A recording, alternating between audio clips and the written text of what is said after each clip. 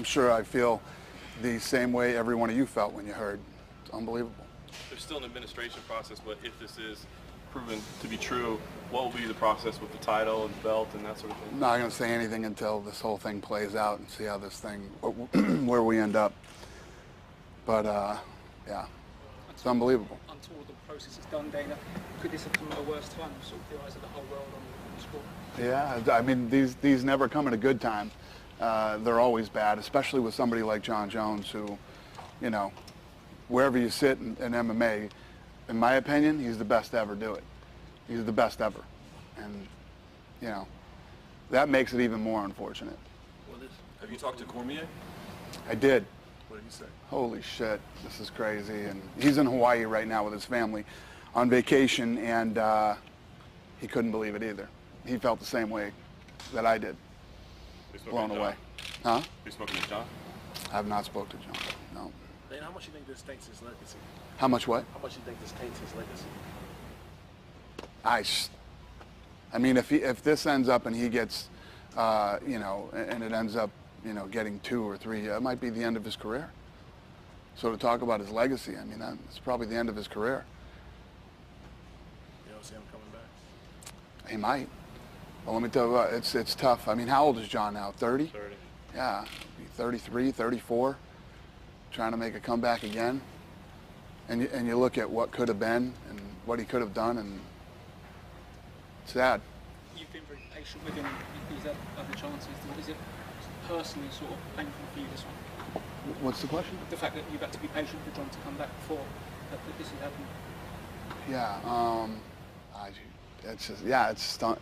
I mean, I don't even know what to say. I always know what to say. I don't know what to say about this one. The process can take a little bit of time, as Jeff was saying. Do you know exactly what you guys can do, or just gonna wait until? Yeah, I mean, you have to wait until the whole thing plays out with the commission and USADA. You have not stripped the belt and given it to DC? No, he has to go through the process. He has to, you know, go through the process with USADA and the California State Athletic Commission, and we'll go from there. You were alluding to it, but obviously the talent that we've seen from Jon Jones as a physical specimen throughout the years. It's like, why, if anyone is not going to take performance-enhancing drugs, right? Yeah, listen, he's the best ever, in my opinion. You know, he had the potential to move to heavyweight and fight heavyweights. If you look at Cormier, Cormier's never been beat at heavyweight. John beat him twice. I'm not saying that means John could have reigned in the heavyweight division, but he has the size, the power, everything. He has everything to be a heavyweight champion. So who knows what could have been. Just one of those sad stories, you know. Did you ever talk to John after 214? No. John and I still haven't talked since 200. Hi, and a couple of words here and there, but we haven't talked. Yeah. Depending on what happens with the process and the test procedures and all, and what needs to happen in due process, I mean, would you consider doing an interim or something of that nature until it's decided? I mean, as far as I'm concerned, Cormier would be the champion. I mean, the only guy he's ever lost to in his whole career is Jon Jones. So he was the champ.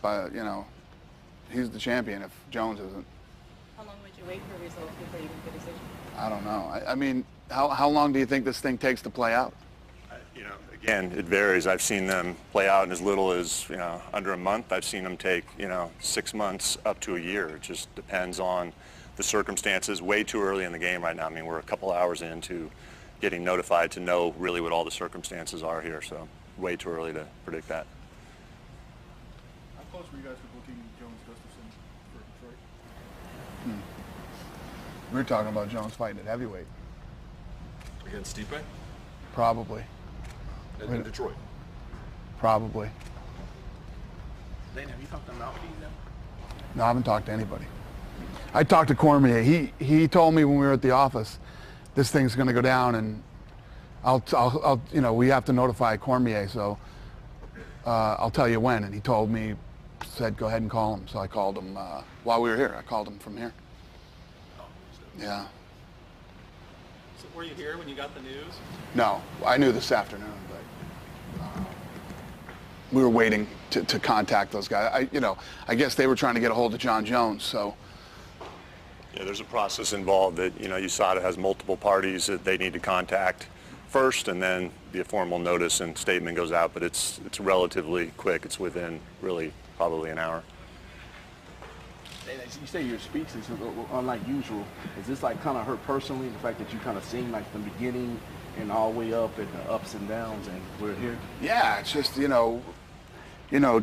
John and I have been mad at each other since UFC 200, but, the reality is we've been there for this kid every step of the way. How many times did I fly to Albuquerque every time he, got in trouble? And, the list goes on and on of what we've done for this guy. And, yeah, it's sad. I like his family. Dad's a nice guy. His mom was a sweetheart. His brothers are good guys. And just, you look at the potential that this kid had and what he could have been. And you know what I mean? Look at Conor right now. Look at Conor McGregor. Imagine what John Jones could be right now.